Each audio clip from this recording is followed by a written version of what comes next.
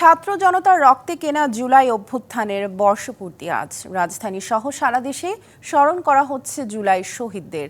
জুলাই অভ্যুত্থানের বর্ষপূর্তিতে মানিক মিয়া অ্যাভিনিউর জনসভা থেকে জুলাই ঘোষণাপত্র উপস্থাপন করবেন প্রধান উপদেষ্টা ডক্টর মোহাম্মদ ইউনূস। দিবসটি উপলক্ষে বাণীতে প্রধান উপদেষ্টা গণতান্ত্রিক, মানবিক ও বৈষম্যহীন বাংলাদেশ গড়ার আহ্বান জানিয়েছেন। ঢাকা বিশ্ববিদ্যালয়ে শোভাযাত্রা বের করে জুলাই জাগরণ। শোভাযাত্রা শেষে শাহবাগে সমাবেশ করছে তারা। জুলাইয়ে ছাত্র জনতার আন্দোলনের সময় গণহত্যার নির্দেশদাতা ও পৃষ্ঠপোষকতা করার অভিযোগে সাবেক প্রধানমন্ত্রী শেখ হাসিনার প্রতীকী ফাঁসি কার্যকর করা হয়েছে।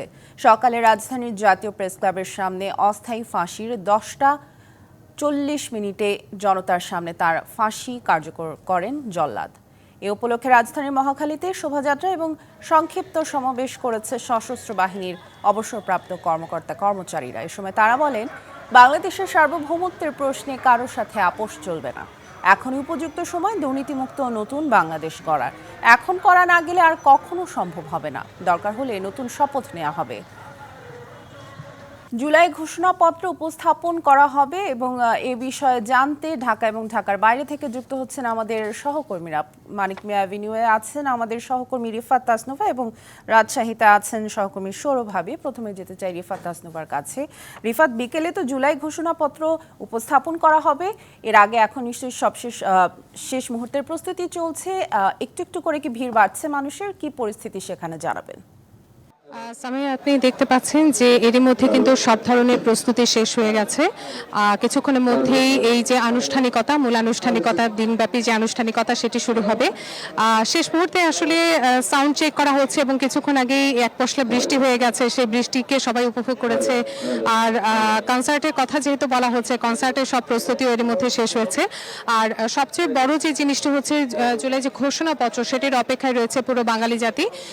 ঢাকা শহরে বিভিন্ন জায়গা থেকে ক্ষুদ্র ক্ষুদ্র মিছিল নিয়ে জনগণ, যারা ঢাকার বাসিন্দা এবং ঢাকার বাইরে যারা রয়েছেন, তারা এখানে এসেছেন। আপনারা দেখতে পাচ্ছেন ব্যারিকেড খুলে দিলে কিছুক্ষণের মধ্যে হয়তো তারা সেখানে তারা এসেছেন। এখানে তারা যে সাংস্কৃতিক অনুষ্ঠানগুলো আয়োজন করা হয়েছে এবং বিকাল 5টায় যে ঘোষণাপত্র পাঠ করা হবে তার অপেক্ষায় কিন্তু তারা আছেন। এখানে বেশ কিছু দাবির কথাও কিন্তু তারা বলছেন। আমরা যদি কয়েকজনের সাথে একটু কথা বলি, আপনি এখানে এসেছেন, আপনার হাতে একটি প্লেকার্ডের মতো দেখতে পাচ্ছি। আপনার দাবি কি আসলে? আমার দাবিটা হলো রাষ্ট্রপতি শাহাবুদ্দিন চুপুর পদত্যাগ। কারণ জুলাই বিপ্লব হয়েছে স্বৈরাচারের দোসরদের নির্মূলের জন্য, ফেসিবাদের নির্মূলের জন্য। বাংলাদেশে গুম, খুন, অত্যাচার, অবিচার, অনাচার, জুলুম, নির্যাতন, দুর্নীতি, লুটপাট, হরিলুটের বিরুদ্ধে প্রতিবাদী স্বরূপ। উনি হলেন স্বৈরাচারের দোসর। আমরা যদি একটু আরেকজনের সাথে একটু কথা বলি, যে আপনারা তো এখানে এসেছেন, আজকে এখানে অংশ নিয়েছেন এবং আজকে থেকে 1 বছর আগেও কিন্তু আপনারা অনেকে সেদিন অংশ নিয়েছিলেন এই স্বৈরাচার পতনে, যে সেখানে অংশ নিয়েছিলেন। আজকে এখানকার কর্মসূচি কেমন দেখছেন এবং কি মনে হচ্ছে? আলহামদুলিল্লাহ, আজকের কর্মসূচি তো ভালোই লাগতেছে। আজকে আর আতঙ্ক নাই, এখন আর ভয় পাই না। জুলাই থেকে শুরু করে আতঙ্কের মধ্যেই ছিলাম। যখন জুলাই আন্দোলনটা হয়েছিল তখন রাস্তায় নামতেই ভয় লাগতো, তারপর অনেক লুকোচুরি করে আমাদের আন্দোলনে আসতে হইতো। আর এখন আমরা বুকের মধ্যে সাহস সঞ্চার হয়, এখন আমাদের রাস্তায় নামতে ভয় লাগতেছে না। তো এটাই আমাদের আনন্দ।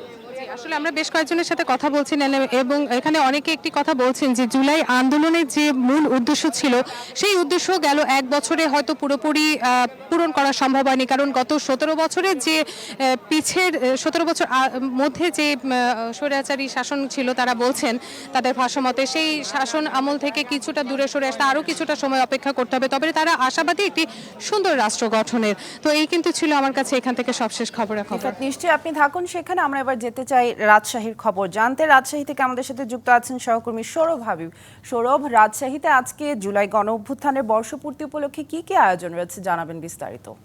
এই মুহূর্তে আছি রাজশাহীর জেলা শিল্পকলা একাডেমিতে। এখানে জুলাই শহীদ পরিবার ও জুলাই যোদ্ধাদের সম্মিলন অনুষ্ঠান অনুষ্ঠিত হচ্ছে এবং এখানে আছেন রাজশাহী বিভাগীয় কমিশনার, রাজশাহী রেঞ্জের ডিআইজি সহ রাজশাহী মহানগর পুলিশ কমিশনার এবং জেলা প্রশাসক সহ এখানকার প্রশাসনের যে ঊর্ধ্বতন কর্মকর্তারা, তারা কিন্তু আছেন এবং জেলা প্রশাসনের আয়োজনে এই অনুষ্ঠানটি চলছে। এবং এখানে যারা জুলাই তাদেরকে নিয়ে কিন্তু আজকের এই অনুষ্ঠানটি হচ্ছে এবং গত বছরের 5 আগস্ট এই দিনে কিন্তু রাজশাহীর আলুপট্টি এলাকায় ছাত্র জনতা বিশাল আওয়ামী লীগ এবং পুলিশ বাহিনীর বিরুদ্ধে একটা বিশাল প্রতিরোধের মুখে পড়েছিল এবং সেই দিনের যে ঘটনাগুলো ঘটেছিল, কি ঘটেছিল আসলে সেদিন? বিসমিল্লাহির রহমানির রহিম। আমি ওসামা। আমরা তালাইমারিতে ছাত্র আন্দোলনের যারা একসাথে ছিলাম সবাই একসাথে একত্রে হয়ে আমরা তালাইমারি থেকে রাজশাহী আলুপট্টির দিকে যে আওয়ামী লীগ অফিস ছিল সেটি আমরা প্রতিহত করার জন্য আমরা সেখান থেকে রওনা দিই। আমাদের মিছিল যখন শাহ মখদুম কলেজের সামনে এসে উপস্থিত হয় তখন ছাত্রলীগ, যুবলীগ, আওয়ামী লীগের যেসব সন্ত্রাসীরা ছিল তারা আমাদের উপরে গুলি ও ককটেল। ধন্যবাদ। এখানে বেশ কিছু জুলাই যোদ্ধারাও আছেন কিন্তু, এবং এখানে যে ইমরান হোসেন তিনি ঢাকায় গুলিবিদ্ধ হয়েছিলেন এবং একটি পা হারিয়েছেন। আপনি কি আজকে কি অনুষ্ঠান হচ্ছে আপনাদের সঙ্গে? এটা আমাদের জুলাই শহীদ স্মৃতির পরিবার নিয়ে আর যোদ্ধাদের নিয়ে কিছু আলোচনা হয়েছে, আমাদের নিয়ে সবাইকে নিয়ে আর কি।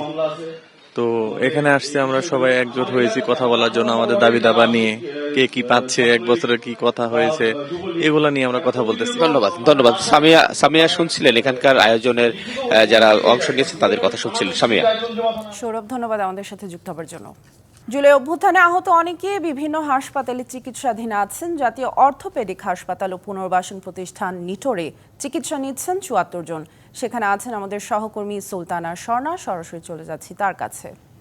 স্বর্ণা, জুলাই অভ্যুত্থানের 1 বছর পূর্ণ হলো, চিকিৎসাধীন জুলাই যোদ্ধারা এই মুহূর্তে কি বলছেন এবং তাদের চিকিৎসা ব্যবস্থা নিয়ে কোনো ধরনের অভিযোগ আছে কিনা জানাবেন। সামিয়া, গত বছরের জুলাই অভ্যুত্থানের কথা যদি বলি, জুলাই অভ্যুত্থানে সরকারি হিসেব মতে 836 জন মারা গেছেন, অর্থাৎ শহীদ হয়েছেন, এবং 14,000-এরও বেশি কিন্তু আহত হয়েছেন। তারা বিভিন্ন ক্ষেত্রে কিন্তু অনেকেই চোখ হারিয়েছেন, অনেকেরই অঙ্গহানি হয়েছে, এবং সেই যোদ্ধাদের সবচেয়ে বেশি আসলে চিকিৎসার জন্য এগিয়ে এসেছিল যে প্রতিষ্ঠান দুটি, একটি হলো অর্থোপেডিক অর্থাৎ নিটোর, এবং তার পাশাপাশি কিন্তু চক্ষু বিজ্ঞান হাসপাতাল। এবং পরবর্তীতে কিন্তু পর্যায়ক্রমে আমরা দেখেছি অন্তর্বর্তী সরকারের সহায়তায় বিভিন্ন দেশের অর্থাৎ যুক্তরাষ্ট্র, যুক্তরাজ্য, থাইল্যান্ড, তুরস্ক, এমনকি মিশর পর্যন্ত আমরা চিকিৎসক কিন্তু দেখেছি তারা এসেছেন, এবং ক্ষেত্র বিশেষে বিভিন্ন জুলাই যোদ্ধাদেরও কিন্তু সেই সব দেশে নিয়ে যেয়ে চিকিৎসা করা হয়েছে। তবে বর্তমানে আমরা নিটোরের সামনে রয়েছে, এবং নিটোরে এখনও প্রায় 1/2 শতাধিক জুলাই যোদ্ধা তারা কিন্তু এখনও চিকিৎসা নিচ্ছেন, এবং বিভিন্ন ক্ষেত্রে তাদের ভেতরে বিভিন্ন অভিযোগ কিন্তু আমরা শুনতে পেয়েছি। অর্থাৎ গত 1 বছরে দফায় দফায় কিন্তু আমরা লক্ষ্য করেছি নিটোরের সামনে সড়ক অবরোধ করে সুচিকিৎসা নিশ্চিতের জন্য জুলাই যোদ্ধারা কথা বলেছেন, এবং আমরা আজ যখন ভেতরে কথা বলেছি তখনও কিন্তু তারা দুটি জিনিস আমাদেরকে বারংবারই বলেছেন। প্রথমত হাসপাতালের পরিবেশ নিয়ে তারা কথা বলেছেন, অর্থাৎ হাসপাতালের খাবার এবং পরিচ্ছন্নতা নিয়ে তারা কথা বলেছেন, এবং তার পাশাপাশি যদি যুক্ত করি তারা চিকিৎসা ব্যবস্থা নিয়ে যখন কথা বলেছি সেখানে বিচ্ছিন্নভাবে আমরা অভিযোগ কিন্তু পেয়েছি। তবে সেক্ষেত্রে চক্ষু বিজ্ঞান হাসপাতালের কথা যদি বলি, চক্ষু বিজ্ঞান হাসপাতালের চিত্রটা একেবারেই ভিন্ন। চক্ষু বিজ্ঞান হাসপাতালে প্রায় 700-র বেশি জুলাই যোদ্ধার কিন্তু চিকিৎসা নেওয়া হয়েছে, এবং এখন পর্যন্ত অপারেশন করা হয়েছে, এবং সেক্ষেত্রে যারা এখনও চিকিৎসাধীন রয়েছেন প্রায় 30 জনের অধিক, তাদের ভেতরে কিন্তু আমরা কোনো ধরনের অসন্তুষ্টি শুনতে পাইনি এখন পর্যন্ত। সামিয়া, এই ছিল জুলাই যোদ্ধাদের বর্তমান পরিস্থিতি নিয়ে সবশেষ। স্বর্ণা, ধন্যবাদ আমাদের সাথে যুক্ত হবার জন্য। গণতান্ত্রিক, মানবিক ও বৈষম্যহীন রাষ্ট্র প্রতিষ্ঠার আহ্বান জানিয়েছেন প্রধান উপদেষ্টা ডক্টর মোহাম্মদ ইউনূস। জুলাই অভ্যুত্থান দিবস উপলক্ষে ঢাকা জেলা প্রশাসন আয়োজিত অনুষ্ঠানে ভিডিও বার্তায় এ আহ্বান জানান তিনি। বলেন, মানুষের বুকে গুলি চালিয়ে ফ্যাসিবাদী সরকার ক্ষমতা ধরে রাখতে চেয়েছিল। ছাত্র জনতা রক্ত দিয়ে সেই দুঃশাসনের অবসান ঘটিয়েছে। 5ই আগস্ট শুধু একটি বিশেষ দিবস নয়, এটি একটি প্রতিজ্ঞা, গণজাগরণের উপাখ্যান এবং ফ্যাসিবাদী শাসন থেকে জাতির পুনর্জন্মের দিন। জুলাইয়ের মহানায়কদের আত্মত্যাগ তখনই সার্থক হবে যখন এই দেশকে আমরা একটি সত্যিকারের জনকল্যাণকর দেশ হিসেবে গড়ে তুলতে পারব। আজ আমরা কেবল অতীত স্মরণ করতে আসিনি, আমরা একটি শপথ গ্রহণ করতে এসেছি। শপথ এই, আমরা কোনো ধরনের নিপীড়নের কাছে মাথা নোয়াব না। আমরা প্রতিষ্ঠা করব একটা জবাবদিহিমূলক, মানবিক, গণতান্ত্রিক এবং বৈষম্যহীন রাষ্ট্র। এমন রাষ্ট্র যা সবসময় জনকল্যাণে কাজ করবে। সংস্কার ছাড়া নির্বাচন হলে তা হবে জনগণের প্রতি বিশ্বাসঘাতকতা। জুলাই অভ্যুত্থানের প্রথম বার্ষিকীতে রাজধানীর মহাখালীতে জামায়াতের গণমিছিলে এমনটাই বলেছেন দলটির নায়েবে আমির ডাক্তার সৈয়দ আব্দুল্লাহ মোহাম্মদ তাহের। আরেকটি স্বৈরাচার তৈরিতে সহায়তা করলে তাকেও ছাড় না দেওয়ার হুঁশিয়ারি দেন তিনি।